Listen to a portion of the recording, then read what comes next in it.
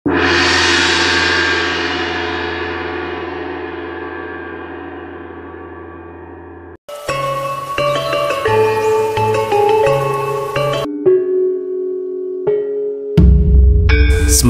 itu Kirangga Ageng Pasek sudah jauh meninggalkan istana. Keempat prajurit itu gemetar ketakutan. Berbisik Kirangga sambil tersenyum kepada Gajah Mada. Terlihat Gajah Mada dan Kirangga Ageng Pasek berjalan bersama. "Senang mengenalmu anak muda," berkata Kirangga Ageng Pasek yang merasa semakin menyenangi sikap Gajah Mada, baik dalam tutur kata maupun pembawaannya yang sangat sederhana. Dalam hati Kirangga Ageng Pasek telah menduga bahwa anak muda ini nampaknya bukan orang biasa dan telah biasa bergaul di kalangan para bangsawan. "Nanti malam aku akan singgah ke rumahmu, Kirangga," berkata Gajah Mada ketika mereka tiba di sebuah persimpangan jalan di mana Gajah Mada telah bermaksud untuk menuju sebuah pondokan Puturisang dan Pangeran Jayanegara di kota Rajakawali itu. "Baiklah, aku menunggumu di rumahku," berkata Kirangga Ageng Pasek, dan mereka pun telah berpisah di persimpangan jalan itu. Sementara itu matahari belum sampai naik ke puncaknya. Bumi di kota Rajakawali terlihat begitu cerah meski masih berada di musim penghujan. "Hari ini kamu bebas tugas," berkata Puturisang ketika melihat Gajah Mada datang ke pondokannya. "Hari ini aku diizinkan libur karena dipanggil menghadap Baginda Raja," berkata Gajah Mada sambil bercerita tentang kedatangannya ke Balai Puntadewa menghadap Baginda Raja Ragasuci. "Kukira kamu menghadap Raja untuk membicarakan urusan pungut menantu," berkata Pangeran Jayanegara sambil tersenyum. Terlihat Puturisang dan Gajah Mada sedikit tersenyum mendengar canda Pangeran Jayanegara itu. "Bagaimana kabar Andini?" bertanya Puturisang kepada Gajah Mada dengan bibir masih tersenyum, dan Gajah Mada tidak langsung menjawab. Mata dan bibir Puturisang, juga pertanyaan Puturisang ditangkap Gajah Mada bukan sebagai sebuah pertanyaan, tapi lebih mendekati sebuah kata penuh selidik seakan bertanya, "Siapa yang kamu pilih dari kedua gadis itu?" Sebagai seorang pemuda yang sudah dewasa dan punya daya nalar yang kuat, sudah pasti bahwa Gajah Mada sudah dapat menangkap sikap kedua gadis itu, di mana keduanya telah menaruh hati kepadanya. Tapi hati dan perasaan Gajah Mada masih saja belum dapat menentukan siapa salah seorang dari kedua gadis itu yang dipilih. Terlihat Gajah Mada menarik napas dalam-dalam, dan hal itu juga telah ditangkap oleh Puturisang bahwa pemuda ini tengah berada dalam sebuah kebimbangan hati. "Andini masih di kediaman Patih Anggajaya bersama ibu kandungnya," berkata Gajah Mada seperti tengah mengelak apa yang dirasakan saat itu, kebimbangan hati untuk memilih. Sementara itu Puturisang sempat menangkap sekejap warna merah wajah Pangeran Jayanegara ketika dirinya bertanya mengenai Andini kepada Gajah Mada.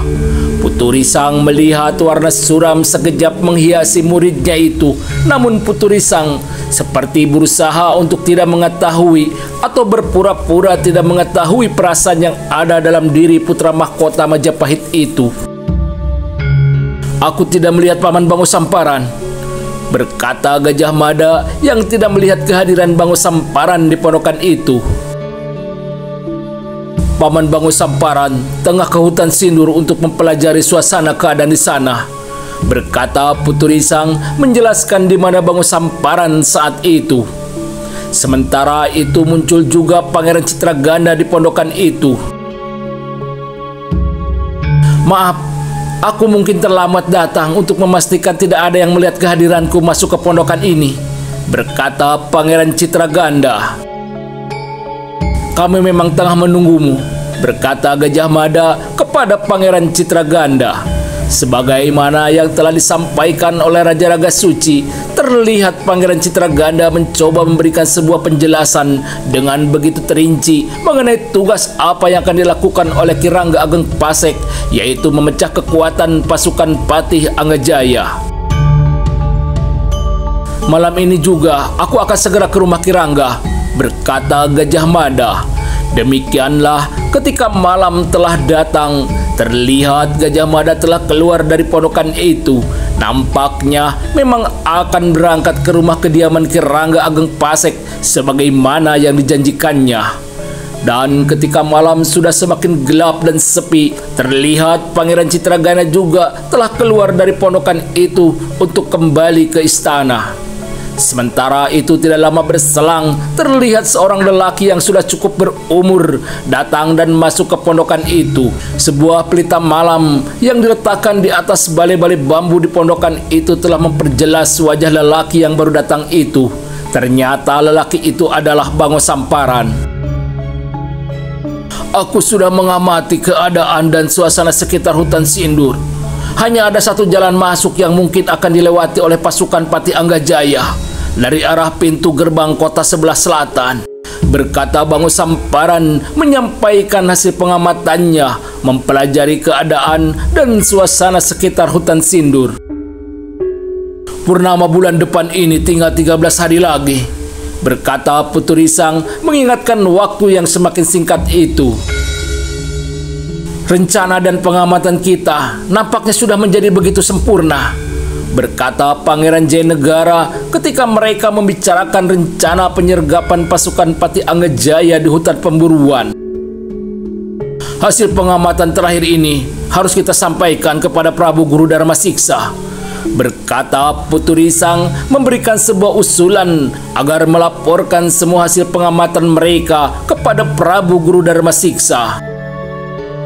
Hari ini kita bisa berangkat langsung ke daerah Galunggung, berkata Pangeran Jayanegara. Pagi itu bumi terlihat begitu bening, mungkin karena semalaman terguyur hujan cukup deras. Terlihat beberapa tangkai bunga soka kuning yang berjajar di muka pendopo kediaman Patih Anggajaya begitu bersih bersinar, menantangi sang surya untuk bercana bermandi kehangatan pagi. Suasana taman muka halaman rumah kediaman Patih Anggajaya yang tertata rapih dan asri itu bertambah elok, manakala seorang gadis jelita berjalan di antara rerumputan menuju gardu penjaga. Aku hendak ke pasar, apakah kamu dapat mengantarku? Bertanya seorang gadis jelita itu yang ternyata adalah Andini. Aku masih bertugas, berkata seorang pemuda penuh keraguan. Temanilah Maesa Muksa, ini adalah salah satu tugas seorang prajurit pengawal, berkata seorang prajurit pengawal kepada pemuda itu yang ternyata adalah Gajah Mada. Jangan ragu, aku sudah meminta izin membawa seorang prajurit pengawal, berkata Andini dengan senyum begitu menggoda. Apalagi sudah mendapat izin, berkata kawan Gajah Mada sambil mencolek sisi perut Gajah Mada sambil sedikit tersenyum. Baiklah, jaga rumah ini seorang diri, berkata Gajah Mada kepada kawannya yang segera turun dari gardu jaga. Jangan lupa, bawakan untukku jajanan Putri Mayang, berkata kawan Gajah Mada itu sambil melambaikan tangannya ketika dilihatnya Gajah Mada dan Andini tengah melewati regol pintu gerbang. Terlihat Gajah Mada tidak membalas lambaian tangan kawannya itu karena takut kawannya pasti akan menggodanya. Pasangan yang serasi, berkata prajurit pengawal itu manakala telah melihat Gajah Mada dan Andini berjalan beriring menjauhi rumah kediaman Patih Anggajaya. Terlihat mereka berdua sudah semakin menjauhi rumah kediaman Patih Anggajaya, menyusuri jalan kota Raja Kawali yang sudah terlihat begitu ramai meski hari masih pagi. Bunda meminta aku berbelanja beberapa potong kain. Katanya pakaianku ini sudah tidak layak lagi, berkata Andini memberi penjelasan apa yang akan dibelinya bila sampai di pasar. Dengan pakaian baru, pasti akan membuat semua orang tidak berkedip memandangmu, berkata Gajah Mada menggoda. Ternyata perkataan Gajah Mada yang semula bermaksud untuk menggoda telah membuat wajah Andini seketika berubah menjadi begitu murung, memudarkan cahaya wajahnya yang biasanya selalu berseri-seri itu. "Apakah perkataanku telah mengganggumu?" bertanya Gajah Mada, merasa tidak enak hati melihat perubahan wajah Andini itu. Terlihat Andini tidak langsung menjawab, hanya menarik napas dalam-dalam, kemudian melepaskannya seperti telah melepaskan beban sesak derita di dadanya. "Bukan perkataan Kakang Maesa Muksa yang mengganggu, tapi aku jadi ingat mata lelaki tua itu yang kulihat begitu menjijikan," berkata Andini sambil menoleh sebentar ke arah Gajah Mada yang masih di sebelahnya berjalan seperti tengah menenangkan Gajah Mada atas perasaan bersalahnya. "Siapa lelaki tua itu?" berkata Gajah Mada seketika. Kembali Andini tidak langsung menjawab, matanya kosong memandang ke depan ke arah gumpalan awan putih yang bergeser perlahan ditiup angin. "Lelaki tua itu adalah Patih Anggajaya," berkata Andini setelah sekian lama terdiam.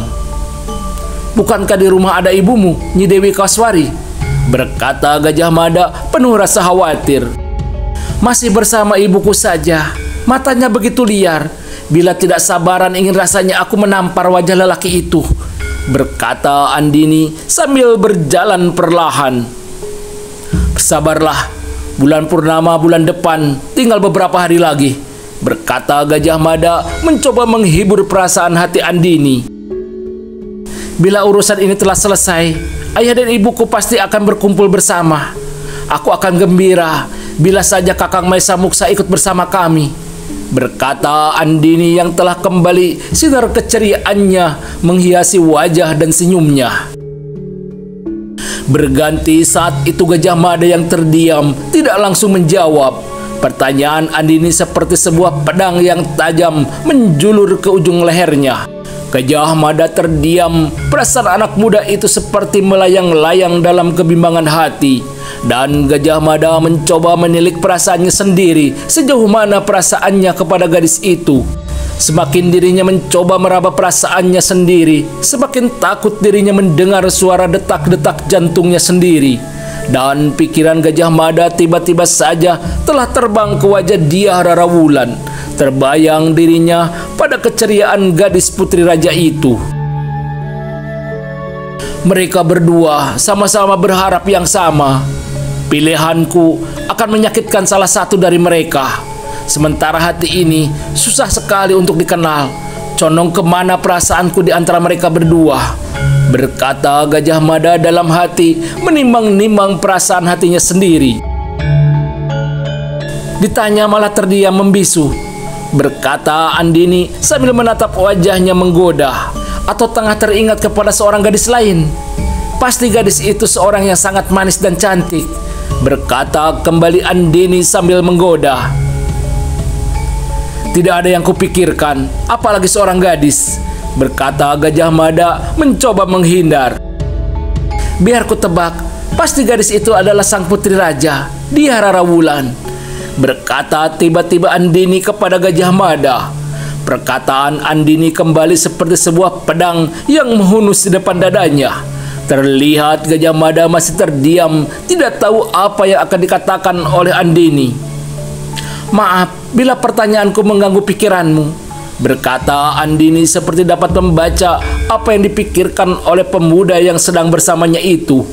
Mendengar perkataan Andini, perasaan Gajah Mada seperti terlepas dari tekanan dan merasa lega bahwa Andini tidak menuntut jawaban darinya. Perasaan seorang wanita memang begitu peka, dapat begitu mudah membaca pikiran seorang lelaki. Sementara Gajah Mada tidak dapat mengerti apa yang ada dalam pikiran Andini saat itu. Dan sebentar saja Andini mencoba mencairkan suasana hati mereka dengan sebuah cerita yang lain sambil terus melangkah menuju pasar kota raja. Tawa dan canda mengiringi perjalanan mereka yang tidak merasa bahwa beberapa pasang mata seperti terheran-heran melihat kehadiran mereka berdua.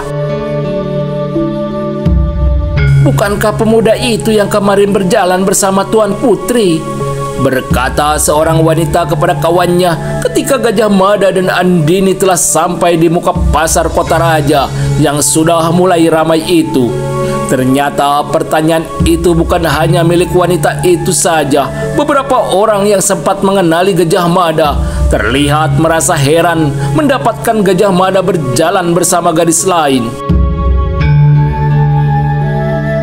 Jangan-jangan pemuda itu punya ilmu ajian pemikat sukma, seorang lelaki pemetik bunga, berkata seorang lelaki yang berbisik kepada seorang pedagang perlengkapan sesajen di pasar itu.